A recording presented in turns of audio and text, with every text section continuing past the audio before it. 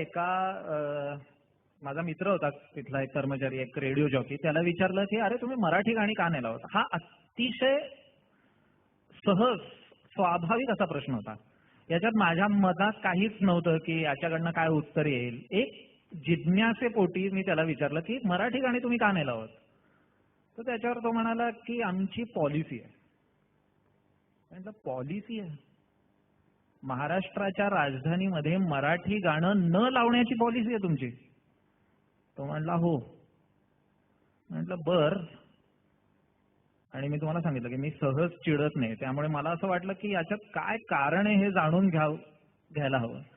म्हटलं की अशी पॉलिसी तुमची इतर कुठल्या शहरामध्ये आहे? कोइंबतूरमध्ये तमिळ गाणं लावणार नाही, कलकत्त्यामध्ये बंगाली गाणं लावणार नाही, बंगलोरमध्ये कन्नडा गाणं लावणार नाही. भारताच्या एकाही शहरामध्ये अशी पॉलिसी नाही. बरं, पॉलिसी म्हणजे काही आपोआप झालंय का? ही रिक्वेस्टच येत नाही म्हणून आम्ही नाही लावत, राहूनच गेलं तरीही समजू शकतो. पण पॉलिसी म्हणजे मुद्दामहून अवलंबलेलं धोरण, मुद्दामहून अवलंबलेलं भाषेविरुद्ध, स्थानिक भाषेविरुद्ध धोरण.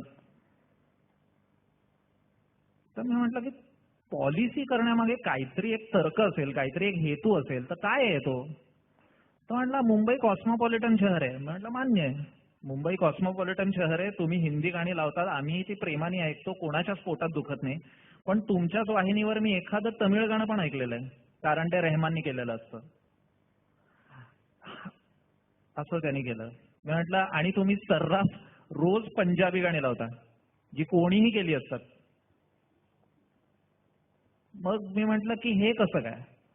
नाही, त्याच्यात काय बॉलिवूड कंटेंट महत्वाचा. मी म्हटलं रब्बीची गाणी ही बॉलिवूड कंटेंट मध्ये बसत नाही.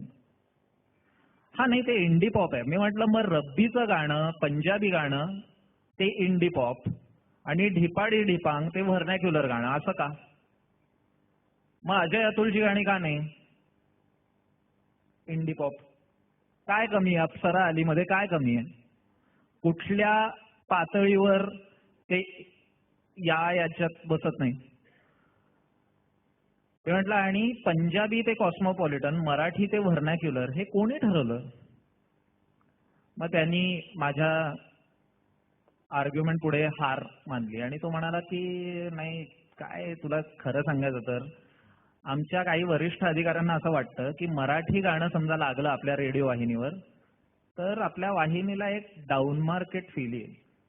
आणि हा दुसरा शब्द म्हणजे पहिला पॉलिसी आणि दुसरा डाऊन मार्केट, ह्याला मी उडालो. म्हटलं डाऊन मार्केट? कुठलीही भाषा डाऊन मार्केट असते हे कोण ठरवतं? आणि मराठीच्या बाबतीत हा तर जावई शोध आहे. म्हटलं कुठं कोणी लावला हा की मराठी डाऊन मार्केट आहे? म्हटलं तुम्ही एन्कार्टा एन्सायक्लोपीडिया उघडून बघा. युनेस्कोच्या एका सर्व्हे प्रमाणे जगामध्ये 6,500 भाषा आणि बोलीभाषा, लँग्वेजेस अँड डायलेक्ट अस्तित्वात आहेत. याचा सर्वाधिक बोलल्या जाणाऱ्या भाषा असा क्रमवार काढला तर मराठीचा क्रमांक 15वा आहे. 6,000 भाषांमध्ये 15वी सर्वाधिक बोलली जाणारी भाषा या अख्ख्या ग्रहावर. तर 15वी सर्वाधिक बोलली जाणारी भाषा केवळ आकडेवारीवरच तुम्ही डाऊन मार्केट आहे असं म्हणू तरी कसं शकता? दुसरी गोष्ट, नासानी एक गोल्डन व्होयेजर नावाचं एक यान अंतराळात पाठवलं होतं. त्याच्यामध्ये त्यांनी पुढे समजा पृथ्वीबद्दल कुठल्या बाहेर काही जीवन आढळलं अंतराळामध्ये तर त्याच्या पृथ्वी संबंधी माहिती पोचावी एलियन्स पर्यंत, तर त्यांनी एक गोल्डन रेकॉर्ड नावाने एक आर्काइव्ह करून अंतराळात सोडले या गोल्डन व्हॉयेजरमध्ये. ती जी चकती आहे, ती जी ध्वनिफीज आहे, त्याच्यामध्ये एलियन्सच्या नावे 51 भाषांमध्ये संदेश आहे. यात एक शास्त्रज्ञांनी तयार केलेली एक कोड आहे आणि बाकी उरलेल्या 50 पृथ्वी तलावरच्या भाषा आहेत. या 6,500 भाषांमधल्या या 50 भाषांमध्ये सुद्धा मराठीचा समावेश आहे. कोणाला खात्री करून घ्यायची असेल तर गुगलवर जाऊन गोल्डन व्होयेजर असा एक शोध करावा आणि तुम्हाला हा मराठीतला संदेश ऐकू येतो बरं का. आपल्याला ऐकता येईल हा संदेश. आता नासाला वाटू शकतं की अंतराळात कोणीतरी मराठी समजणारं असू शकतं, तर मुंबईमध्ये आमची भाषा डाऊन मार्केट आहे हे ठरवणारे तुम्ही कोण आहात? असा अगदी साधा प्रश्न माझ्या मनात निर्माण झाला. बरं, इतकंच नाही, या गोल्डन व्हॉयेजर मधल्याच या गोल्डन रेकॉर्ड मध्ये पृथ्वी तलावरचं जे संगीत म्हणून पाठवलेलं आहे, असे एक 15 ते 20 ट्रॅक पृथ्वी तलावरचं संगीत प्रातिनिधिक स्वरूपाचं असं त्यांनी पाठवलेलं आहे. यात भारतीय संगीताचं प्रातिनिधित्व हे केसरबाई केरकरांची बंदिश आहे जी पाठवली अंतराळामध्ये. म्हणजे तिकडेही त्यांना मराठी माणूसच सापडला ना. जगातली सर्वोत्कृष्ट गायिका मराठी, सर्वोत्कृष्ट क्रिकेटपटू दोन्ही मराठी आणि त्यांची भाषा डाऊन मार्केट. म्हटलं हे काय आहे? तर तो बिचारा या सगळ्या माझ्या भाषणासमोर हतबल झाला. तो म्हणला मी फक्त इथे काम करतो. म्हणलं मान्य आहे, त्याच्यावर चिडून काय उपयोग. मी तिकडनं बाहेर पडलो आणि माझ्या लक्षात आलं की हा फक्त एका रेडिओ वाहिनीपुरता प्रश्न मर्यादित नाहीये. 4 महिन्यापूर्वीपर्यंत व्होडाफोनची पॉलिसी होती की आम्ही मराठीत बोलणार नाही. माझ्याकडे एक ध्वनिमुद्रित संभाषण आहे व्होडाफोन आणि माझ्यात मधलं.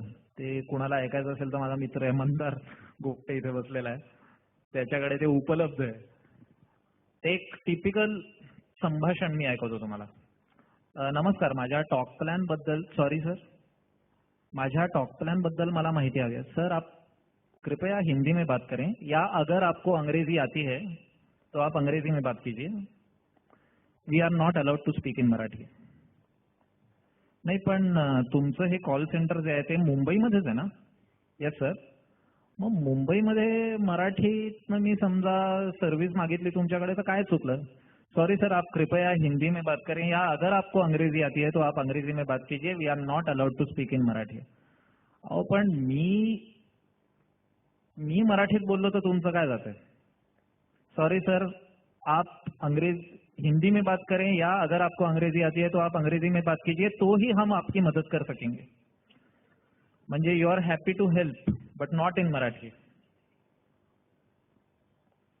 त्याच्यावर ते म्हटलं की बाहेर कुठे अशी पॉलिसी आहे तुमची की आम्ही चेन्नईमध्ये तुम्ही तमिळमध्ये बोलता.